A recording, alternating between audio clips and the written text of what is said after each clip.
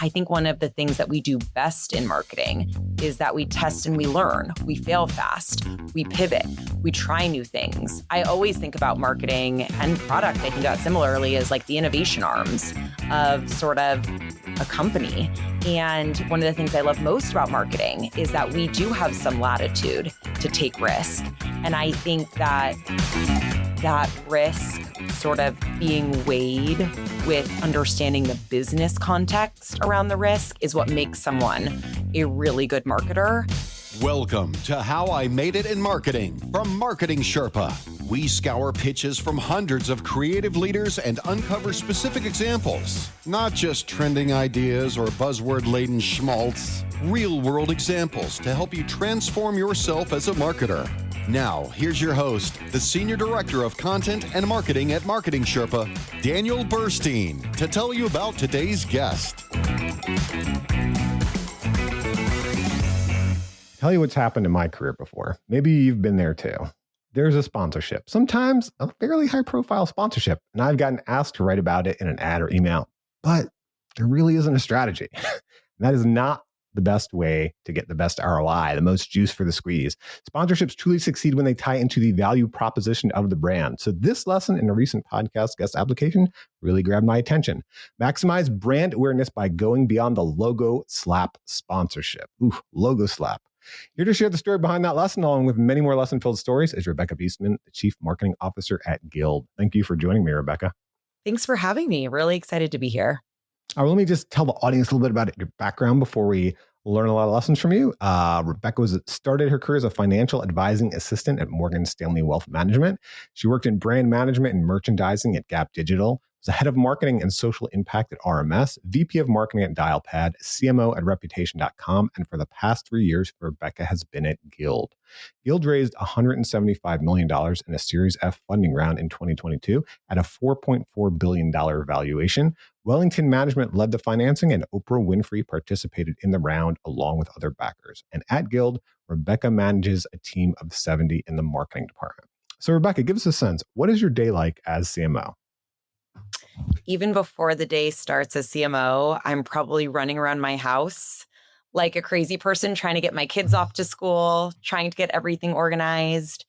And I'll usually kick off my day either in the beginning or the end with listening to some calls.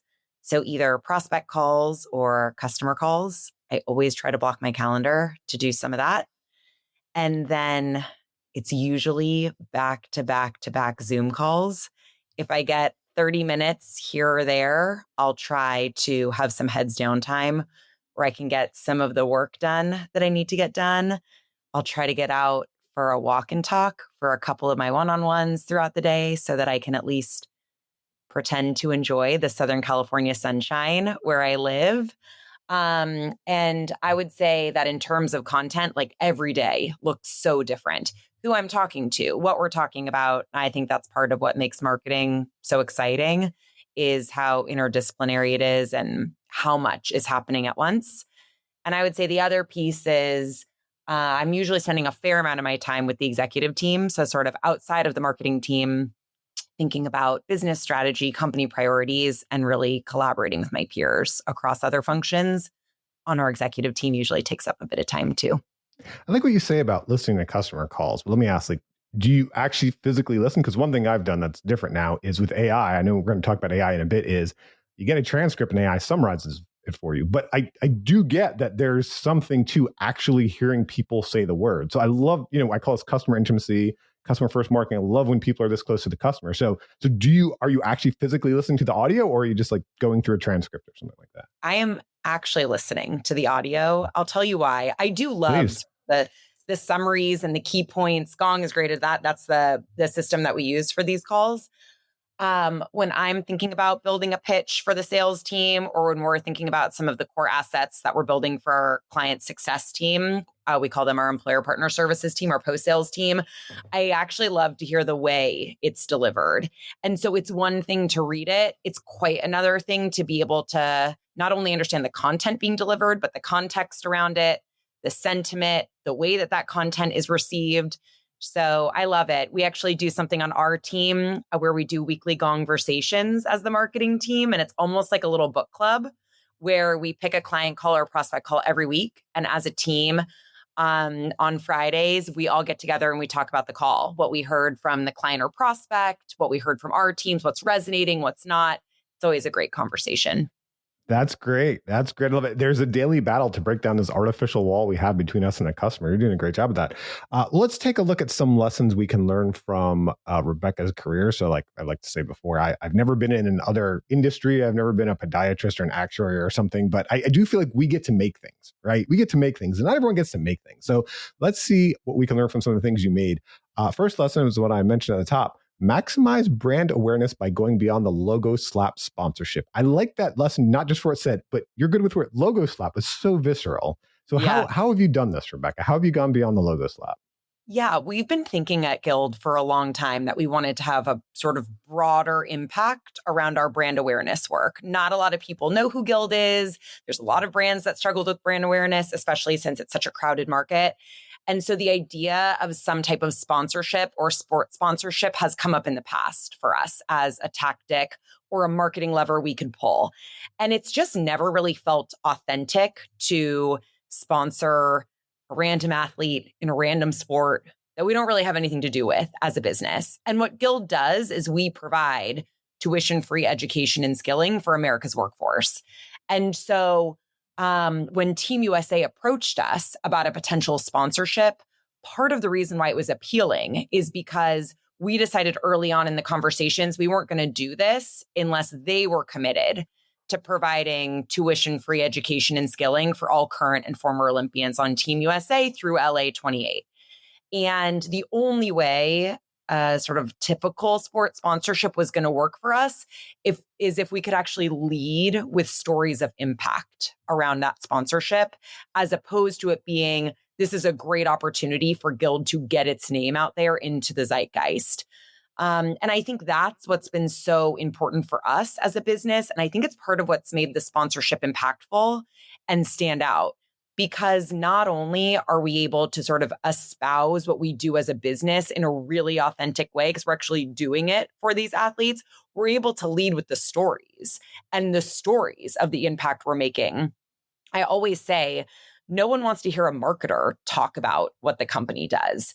The best marketing leads with data and stories. And really, it's the marketer's job to be able to package that effectively so that it catches the attention of whatever audience that you're seeking to go after. And so for us, like I said, we had thought about wading into these waters a few times at Guild, and this sponsorship, it really felt like more than that.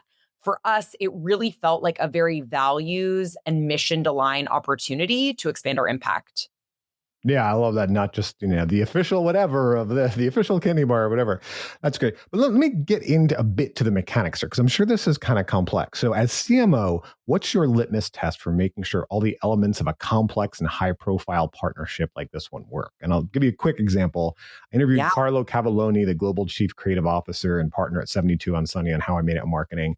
And one of his key lessons was, is this the question he asked? Does it all make sense? And it sounds like a kind of simple and foolish question, but he told the story of working on this campaign with this famous pop singer and a great director, an epic setting, and thousands of extras, but nobody really asked that question, and it didn't come together. So I can imagine this. I mean, there's a lot of people and a lot of stakeholders involved on the Guild side, on the Team USA side, ecosystem agency and vendors, but I got to imagine it comes down to one person, and that one person is the sponsor CMO, you. Yeah, so, exactly. What is there some sort of litmus test, or how do you approach this to make sure it all comes together correctly? Yeah, I think does it make sense is just a great way to word it. And what I would say is like maybe modified version of that for us is, are we going to have the impact that we want to have with this? And at Guild, we're a B Corp. So impact for us is not just defined as eyeballs or engagement metrics. Are we going to get the marketing ROI out of this sponsorship that we seek? There's probably other sports sponsorships where we could have waded into those waters and I could have said, here are the KPIs we're concerned about as a business. This will check those boxes. For us, we had to take it a step further to say, can we get the business value out of this sponsorship? But can we also make the impact as an organization we want to have through this sponsorship? Can this sponsorship be a vehicle for something more? beyond brand awareness for us. And I think throughout my career, that's how I thought of marketing, is that marketing in and of itself, sure, it's necessary, but it's not sufficient, especially if you want marketing to be seen as sort of a strategic business first function. There has to be more than that. And so for us, the reason why we had turned down other opportunities, the reason why we were reticent to engage in this type of sort of broad brand awareness sports sponsorship is because it really hadn't met that litmus test for us. And do you have any sort of dashboard of how you keep an eye on this or something like that, metrics? You mentioned being a B Corp, because it feels like performance marketing has eaten marketing. And something like this, I would think it's not only just a conversion metric. So how do you make sure you're meeting both the B Corp and the business value?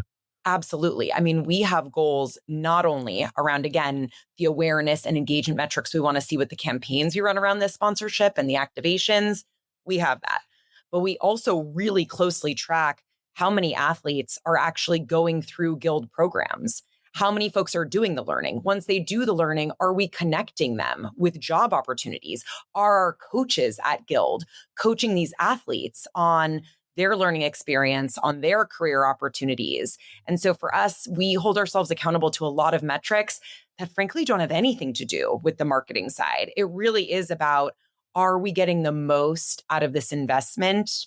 Not just for some of the business KPIs we're looking at over within the marketing function, but are we actually leveraging the Team USA network as a partner for us to help reach more individuals that can actually utilize our services and our products? All right, speaking of getting the most out of an investment, obviously we all hear about artificial intelligence, AI. These days, we're talking about it too. Everyone's talking about it. You say embrace new tech that helps drive your brand strategy. So how have you done this? Tell us the story. Yeah. Our team has been, I think, really gung-ho about embracing AI. And we've given our team, I would say, a lot of latitude to experiment, to fail fast, to try different things with AI, incorporate it into their workflows, sort of their day-to-day.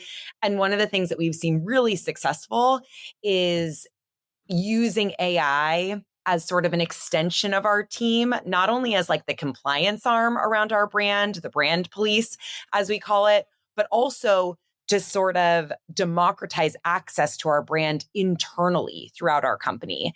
And so, sometimes marketing orgs or parts of marketing orgs, especially in brand, a lot of their job is compliance. Are you using the color palette, the visual identity and verbal identity correctly? Is this on brand? Is this off brand? And that just sort of inhibits productivity from doing the more strategic, innovative, creative work that I really want my teams focused on. And I think it's a waste of all the amazing talent that we have on our team. So we've instituted brand voice GPTs so that the copy and the content we're creating is sort of automatically filtered through our brand voice and that brand identity. We use it for the visual identity and the design guidelines for our brand to do those easy checks so that as folks are producing things throughout the organization, there's not some kind of cue to have a human in the loop to have to look at it. And that not only speeds up velocity and sort of the production of those assets around the organization, but it also really helps to ensure alignment.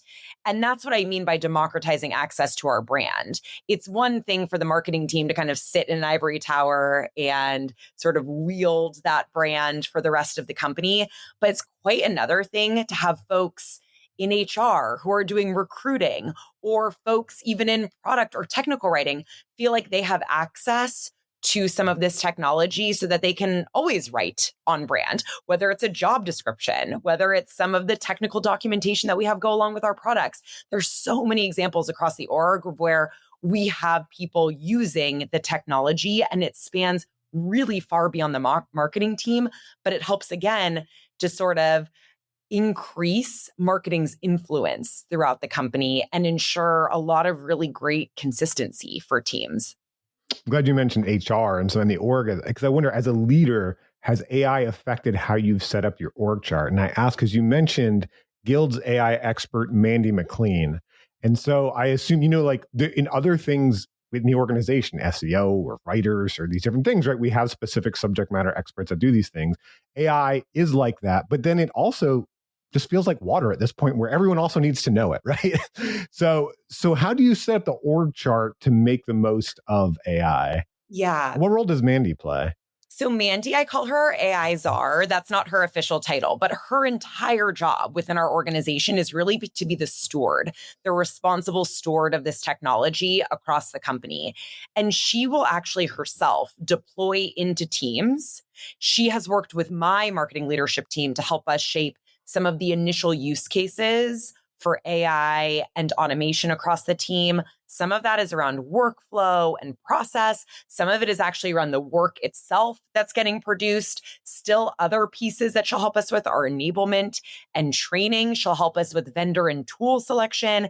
And so she comes in really as the sort of subject matter expert around AI and the technology itself and all of the benefit of that.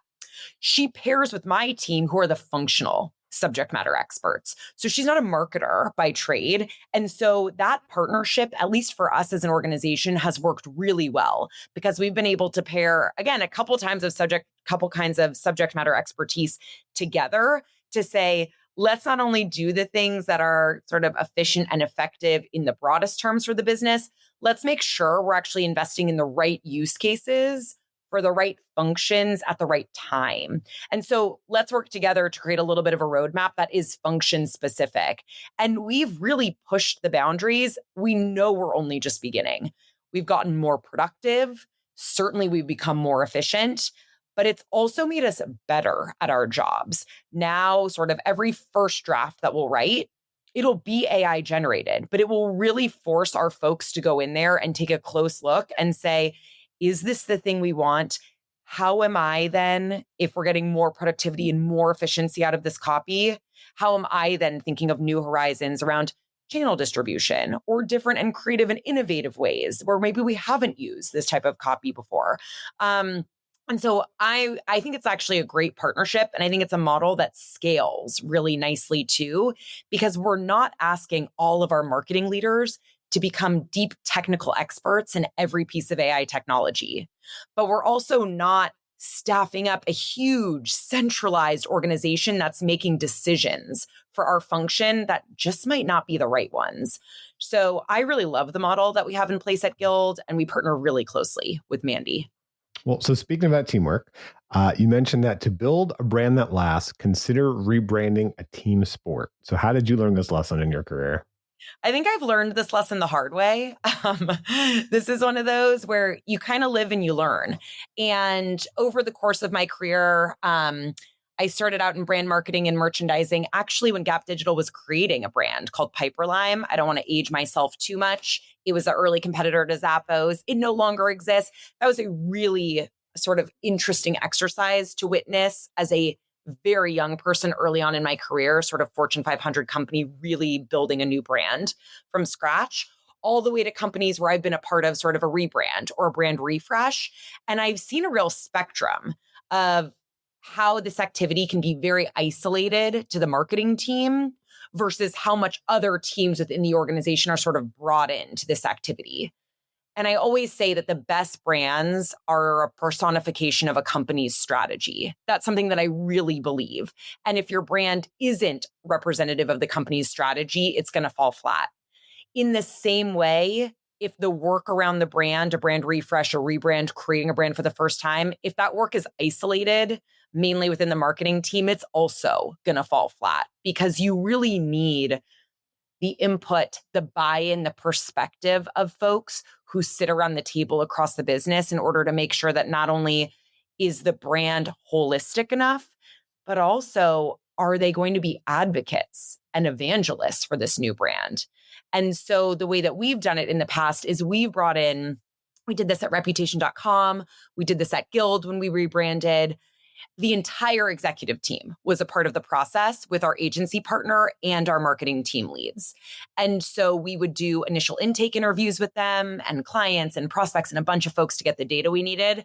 But even along the process, as we were going through checkpoints with the rebrand, not all of them, but a lot of them, the executive team was a part of. Our CEO, Rachel Romer at Guild, Joe Fuco when I was at reputation.com, they were very involved in the process. And I think, again, because of that, you end up with not only a better end product. You also end up with this kind of army of evangelists from across the business who are the executives across all the functions who are very bought into this work because they've been a part of it. They've helped to co-create it. And I think it's super important in making sure that the brand resonates. I think that's so important because the brand isn't, oh, what's in the big ad campaign or that sponsorship or everything, right? The brand is those touch points, all of those customer touch points with all of those executives that are in your room. So I love how you're bringing them all together to make sure that that actually is what the brand is.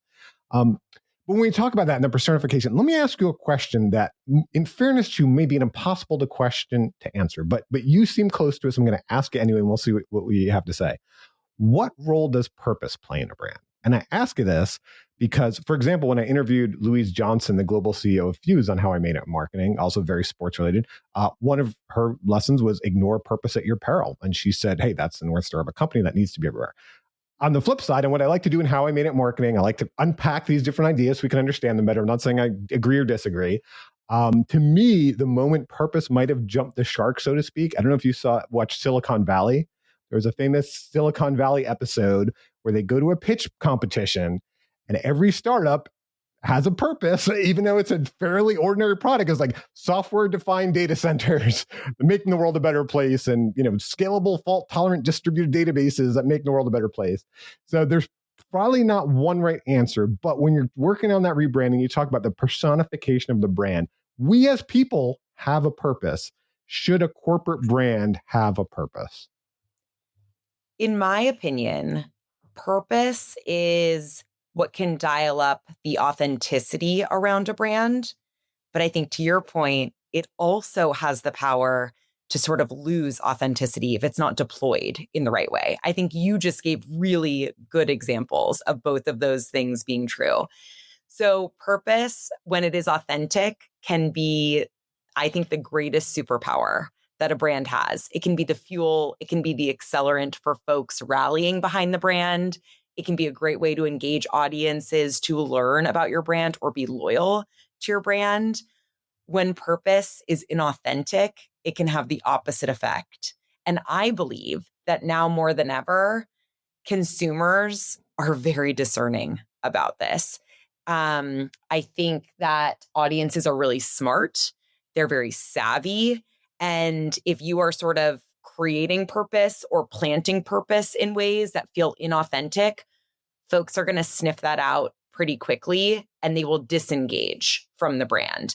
And so what I would say is, if you don't know at the core of who you are as a business, if you don't understand your identity, if you don't understand your why, call that purpose, call that something else, I think it's going to be really hard for you to have a successful business for a lot of reasons, brand being one of many. And so I do think it's really important to get clearly identified around that. Where I've seen it go wrong is that it's not clearly codified, or it's codified in a way that actually doesn't feel authentic. And that feels like a check the box exercise. And both of those are going to get you into a lot of trouble. And I think I consider myself lucky for where I am today because we're just a mission-driven business to start with at Guild. That I always said the most powerful brands are ethos brands. Those are the brands where it evokes a feeling and an ethos, and you deeply believe in that brand. Not every brand is like that. There are brands that are product-driven brands. There are brands that have a different purpose out there in the world. But that ethos brand is what we've really sought to build at Guild. And I think that's what you're talking about. What you're talking about is, can your purpose be deeply ingrained in a way that feels authentic, that folks can deeply connect with? And figuring out what that is for your company, it's not always easy. And it's not always marketing jargon, because immediately folks will be able to sniff that out. And I think pretty quickly understand that that's not authentic to who you are. Yeah, so I'm glad you bring that up. Speaking of that, does being a B Corp give you a leg up in this? Because as you mentioned, well, first of all, this is another great example of why it's good to have the entire company in line. It's not, marketing says it's our purpose, and no one's doing that, right? But secondly, the authenticity is key. And a lot of times when companies come up with these things, we're saving the world, whatever, it's very hard to have that proof behind it. But the B Corp is one of the few ways I've seen that proof. So does that give you a leg up in branding? If you want to build an ethos brand or a purpose-driven brand, yes, absolutely. But look at a company like Apple, who has one of the strongest brands. They probably have more brand equity than anyone else. I don't think they would consider themselves an ethos brand in that way, or a mission-driven, purpose-first company. That's not how they built their brand. They built their brand on having the best, most user-friendly, sleekest products, most innovative products in the market. It's been really successful for them because it's authentic to them, to their business. And so I think that's what I'm trying to say, is if you know sort of what your purpose is in the world, it doesn't have to be some broad societal mission. At Guild, that's what it is for us. That's what we live and breathe every day. We're building opportunity for America's workforce. That's what we do. It's what everybody talks about. Everyone knows that's what we're here to do. There's other companies where they're storing a very different purpose. And as long as that is authentically reflected in your brand, that's going to be the thing that creates loyalty. That will be the thing that creates that evangelism and advocacy, not just from folks within your business, but outside of your business. And I think that's where some brands have gotten a little lost recently, is that they've almost been afraid to be themselves. And there's nothing to be afraid of. That's actually the easiest way to market. It's the easiest thing to be. It's when you stray from that you get some disassociation. That's where you can really inhibit your brand equity. That's where it can break, in my opinion. That's really well put. It's not always saving the world. Sometimes it's just building a really good computer, right? Yeah. All right. So we talked about some of the lessons from some of the things that Rebecca has made. And in just a moment, we'll talk about some of the lessons from some of the people that Rebecca has made it with. But first, I should mention that the How I Made It in Marketing podcast is underwritten by MECLabs AI, the parent company of Marketing Sherpa. You can get conversion-focused training from the lab that helped pioneer the conversion industry in our AI Guild and a community to collaborate with. Grab your free 3-month scholarship to the AI Guild at join.meclabsai.com. That's join.meclabsai.com. I also should mention that the AI Guild is no relation to Rebecca's company, which is also named Guild. Okay, so let's take a look at some of the lessons from some of the people that you collaborate with. You mentioned Bijal Shah, the CEO at Guild, and from Bijal, you learned, be prepared to step up when the unexpected happens. How did you learn this? Yeah, I think my time at Guild has certainly been, I would say, a once in a career experience in terms of a lesson in business continuity. Our founder and past CEO, Rachel Romer, actually suffered a stroke quite unexpectedly. And during this time, our now CEO, Bijal Shah, happened to be on maternity leave. And so the rest of the executive team was sort of rallying together. Bijal was actually brought back into the business. We did have a business continuity plan. She came back early from maternity leave. And when your founder and CEO, who plays such a prominent role in a business, especially a scale up like ours, given our stage of maturity, it can be highly disruptive to have an unexpected change in the leadership of any business, much less the founder and CEO. And Bijal came back with a bunch of grace and fortitude. And as an executive team, we were all very aligned that it was our job to rally around Bijal and really make sure that the business, first and foremost, had stability and confidence in our future. And I think it was just such a lesson for me in sort of, you can never really be prepared for the unexpected. It's really about, in those moments, how people show up for each other. And for me, Bijal was such a great example of leading by example, leading with integrity, rallying everybody on the team behind her, making sure that we were all putting on sort of our guild first hats instead of our team first hats or individual first hats. And all of us as leaders really making this a moment to come together as a unit, where it could have been a moment that really fractured us as a team. It could have been a moment that really fractured our business, frankly. And so for me, it was just such an awesome example to see that, not only from Bijal, but really from our executive team together. That's great. Great culture. You mentioned the business continuity plan. So it's not just the culture, it's also the forward thinking. And I wonder, you as a marketing leader, is there any, I know we don't have a literal business continuity plan like the overall business does. But is there any kind of continuity plan or fallback plan you have as a marketer? Because one of the things, I'm sure I'm not the only person to feel this way, is the pace of change since I started my career is through the roof. I started my career, I was doing print ads in the Wall Street Journal, and we all lived through COVID. We're living through whatever this is now, whatever your political beliefs are, things have changed a lot.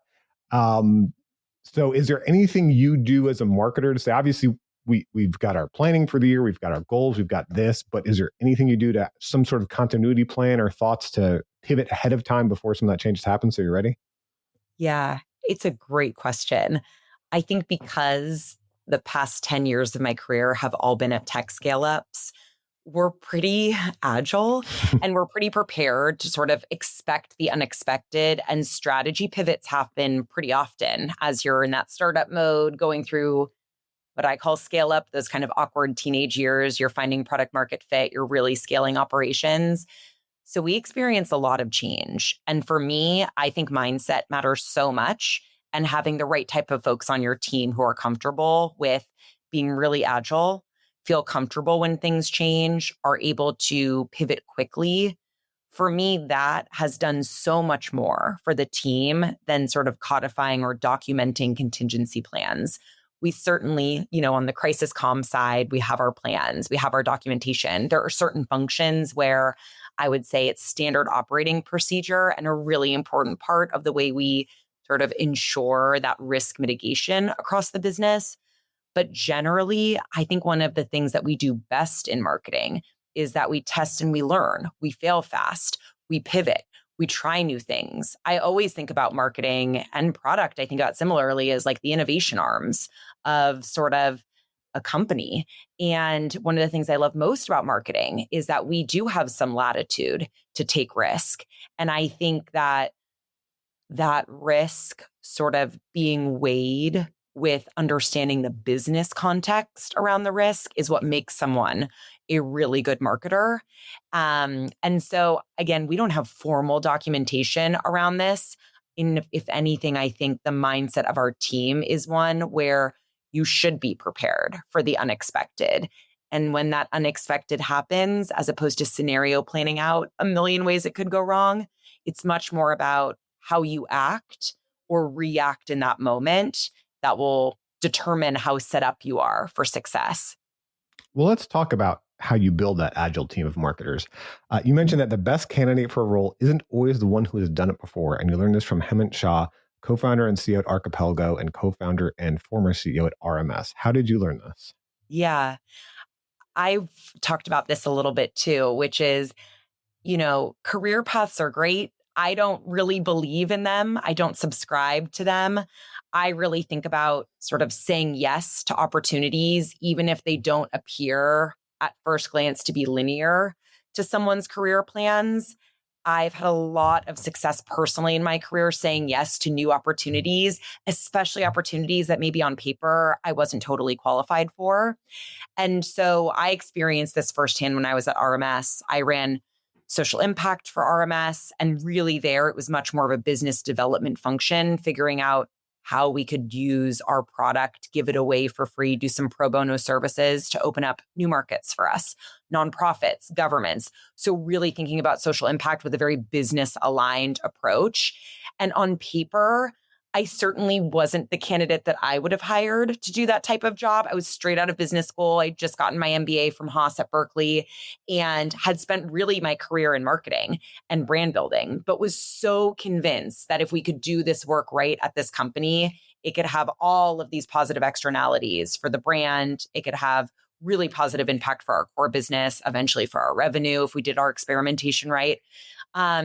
And I think, I don't want to speak for Hemant, but probably what he saw in me was just a lot of passion, drive, tenacity, and I would say a history of achievement and being an achievement-oriented person. And it's a profile that I often look for when I'm building teams, which is if you hire folks who are high achievers, have had success, and bring a lot of passion and drive to the work you're asking them to do, that can be a recipe for success. There are other places where having a ton of experience or pattern recognition, it matters a lot. But I think sort of the archetype of folks that I look for are people that are hungry, that have a lot of drive and that are very achievement oriented. If you give those folks a long leash, license to run, and hold them accountable in the right ways for what you define as success, they can have a lot of impact on an organization. And I think really encouraging folks on our team to take on new stretch projects, new opportunities within marketing, maybe spider web, move laterally to a different function that you never thought you would be a part of. It doesn't always have to be upward progression in your career, and really thinking about what are the intangibles that people can bring to a role that are really going to be the determinants of success above and beyond. Have they done this exact thing before? I think that matters so much. And I love letting people shoot their shot. It's one of my favorite things. I love taking someone who on paper we're not totally sure that they can do this role, but after talking with them or after working with them in a different context, we're pretty sure they can do it. Letting those folks come in and just giving them a chance and seeing that come to fruition has probably been one of the most rewarding parts of my career as a leader. So I can imagine a lot of people listening now their heads agreeing, but not knowing how to do it. So I wonder if there's anything specific you do in recruiting or hiring or interviewing, because when you talk about the best candidate for role isn't always the one who has done it before. So internal hires, yes, I could see that's a different story. But externally, we tend to default to, like you said, they've done it before. Okay, well, they're Salesforce certified or they know a CRM or whatever, right? The kind of more industry things anyone can learn versus those key, I don't know if you want to call them personality traits or skills to make them agile and all the things you talk about. So do you have any advice, any specifics you do, recruiting, interviewing, hiring, to find these people who don't necessarily have it on their resume? Yeah, I'll talk about that. And it's funny because we also talk about this at Guild when we're working with our own learners and we're coaching them up to apply for roles. One of the things we talk a lot about is what are those soft skills or the foundational skills that might not like directly appear on your resume because of your experience, but are things that you're great at. And so I think it's interesting because it's also part of what we do as a business for the folks that we serve. And it's funny, I do look for things when I'm looking at candidates that maybe, I don't know, are indicators that this person might be a good fit for us, but we don't really know, to your point, until you talk to someone. Resumes are just, it's really hard. We'll look at folks' LinkedIn. What I love is seeing internal mobility from people. So if you've been at a company and you've either gotten promoted or you've tried different things at that company, to me, that's a signal that you have the agility and that you also have the credibility within the business to have moved around or moved up. I think that's a really important leading indicator. It's one of the most important things that I look for. Another thing that I think about is like, how far have you bridged in your career outside of the thing that you started? And I will often ask people questions about that when I'm doing behavioral interviews after we've gotten through the resume screening phase. And the other thing that I look at, which again, you never know how it's going to work. Behavioral interviews, there's a ton of evidence. It's like not often a great predictor of success in role. And so one of the things that I'll look at sort of after we've done that initial screening is how can we assess that type of agility, that comfort with being uncomfortable, and that willingness to go sort of above and beyond and be hungry for those results we're trying to achieve from the business. So we'll ask questions, tell me about a time when you faced a challenge. We'll ask things like that. But we'll say things like, tell me about a time when you were 90% done with a project and something changed the last minute. What happened? How did you deal with that? What would your manager say if I was talking to them? Would they say the same thing you just said? What about your team members? How would you bring people in to help you with this problem? We'll ask sort of a lot of questions that I would say go kind of above and beyond your standard behavioral interview questions to try to assess for some of those intangibles. I love that level of specificity. And I'll tell you one thing that I like or look for is just how they handle the application, right? How they like cover letter, resume, not necessarily what's on the resume, but how is the resume designed? How is the cover letter? Because to me, it's one thing to, again, we do behavioral interviews too, and they're great, and it's great to learn from that. But, so much of marketing is team-based. Okay, what did you actually do? What was involved there? But now you're actually seeing a marketing campaign, right? In action. True. So I don't know if it applies to every department, but for marketing, boy, how are they applying? What's their cover letter? What's their resume? So true. I love this last one. This is your mom, Jill Spitzer, the former CEO of Jewish Family Services of San Diego. You said you learned that making a difference and building something great aren't mutually exclusive. So how did you learn this from your mom? It's funny because looking back at your childhood, I don't even think I realized how much of an impact this was going to have on me and my career until pretty recently.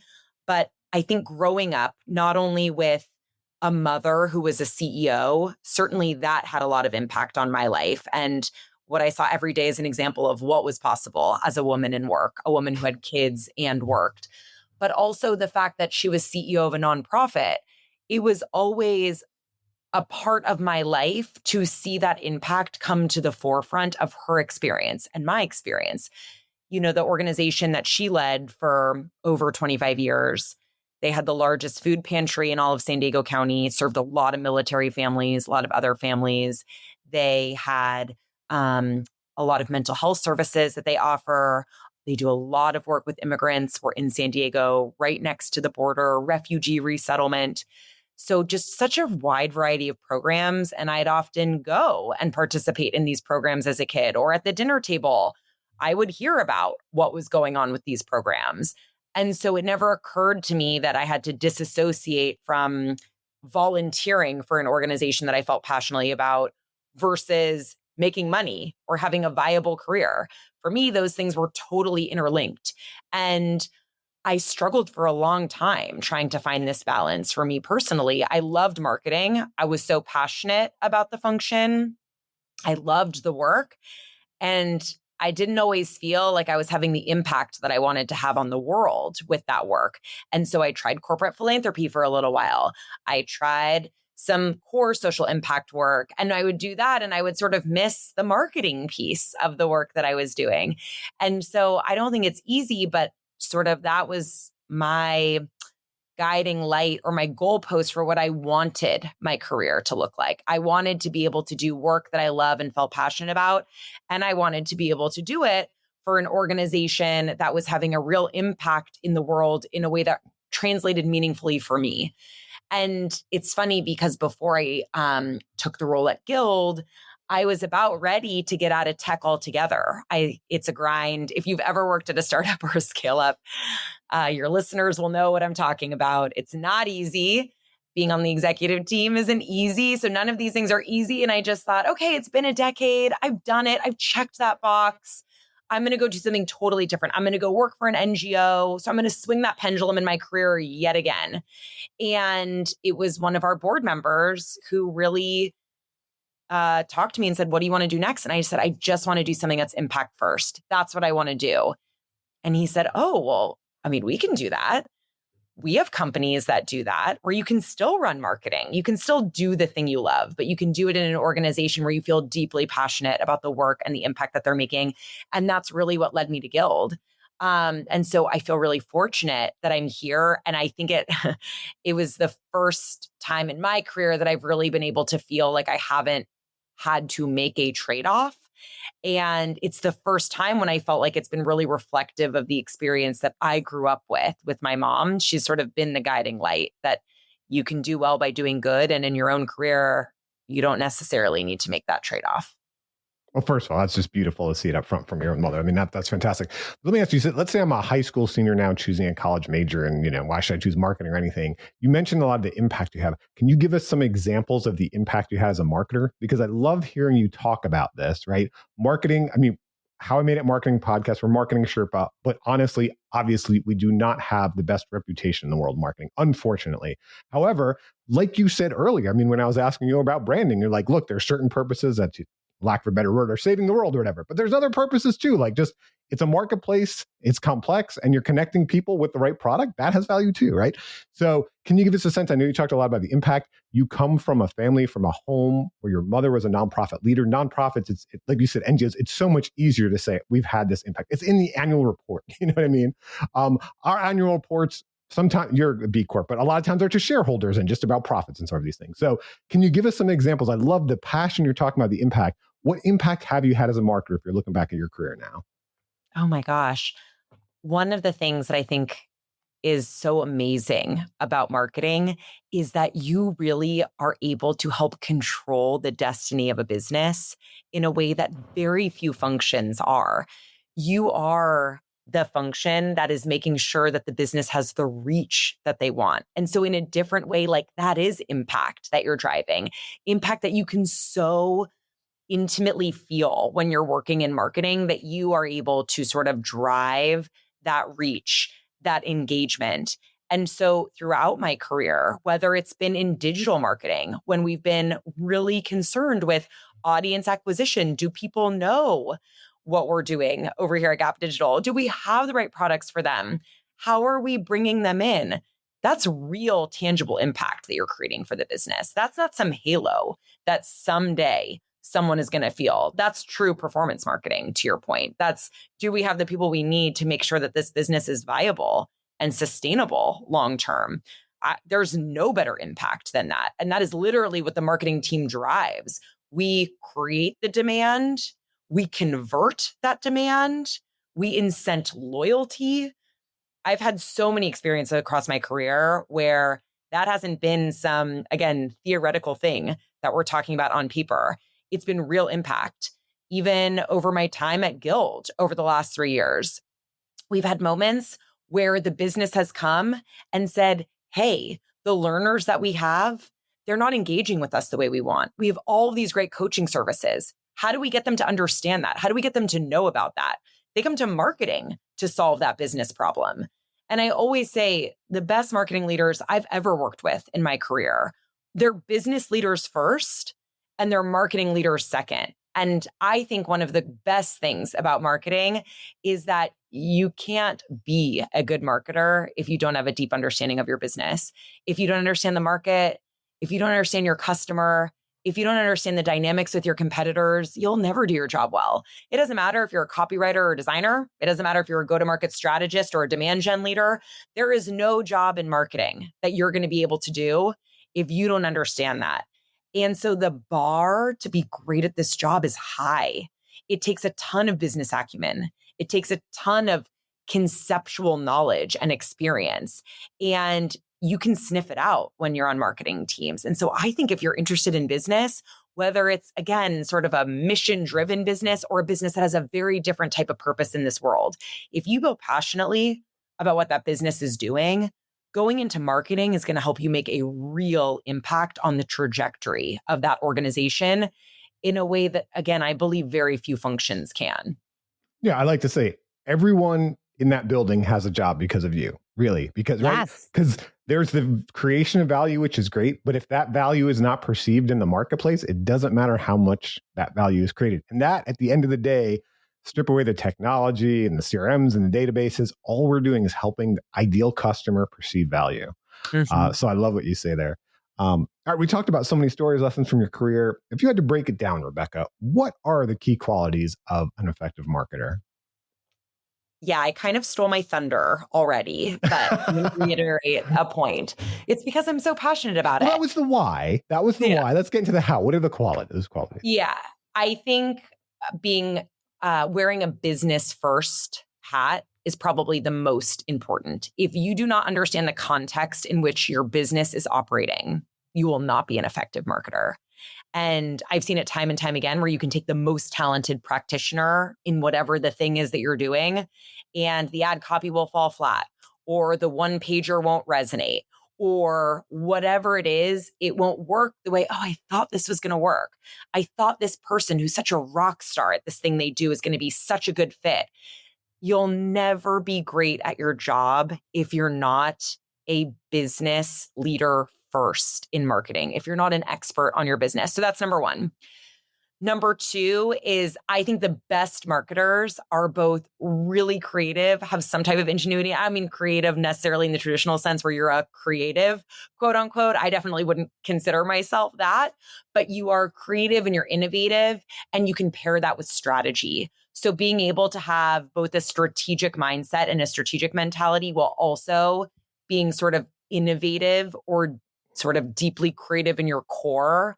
I think it's the balance of those two things that make a great marketer. And then I'm going to say something which maybe sounds obvious, but so much of marketing today is data.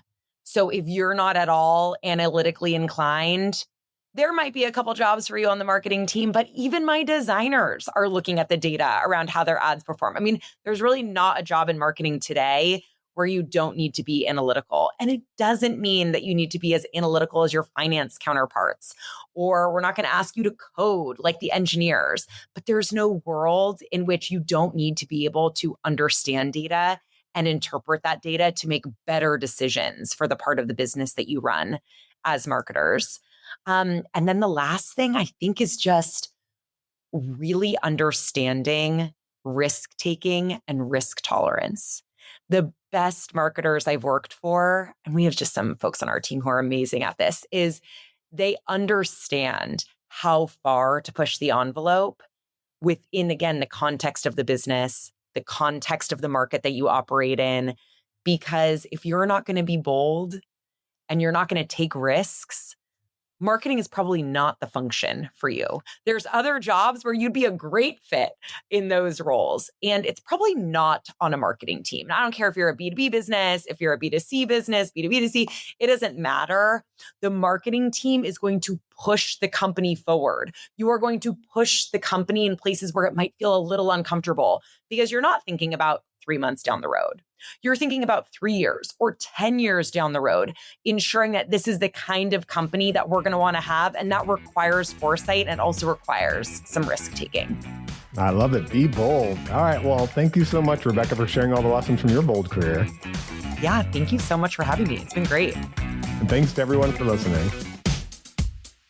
Thank you for joining us for How I Made It in Marketing with Daniel Burstein. Now that you've gotten inspiration for transforming yourself as a marketer, get some ideas for your next marketing campaign from Marketing Sherpa's extensive library of free case studies at marketingsherpa.com. That's marketingsherpa.com.